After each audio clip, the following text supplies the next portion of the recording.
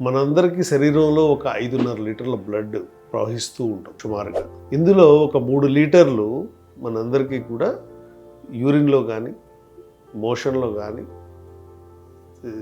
చెమటలో కానీ, లేదా శ్వాసలో కానీ బయటికి పోతూ ఉంటుంది. ఈ బయటికి పోయినటువంటి 3 లీటర్లని మళ్ళీ రీఫిల్ చేసుకోవాలి అందరూ. చేసుకుంటే వాస్కులర్ వాల్యూమ్ అంటే బ్లడ్ వాల్యూమ్ మెయింటైన్ అవుతుంది బాడీలో.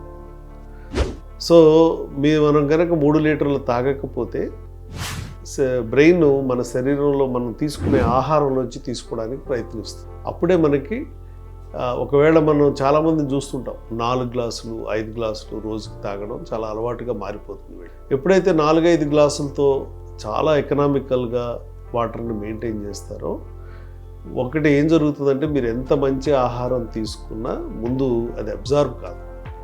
అందువల్ల విటమిన్ లోపాలు వస్తూ ఉంటాయి.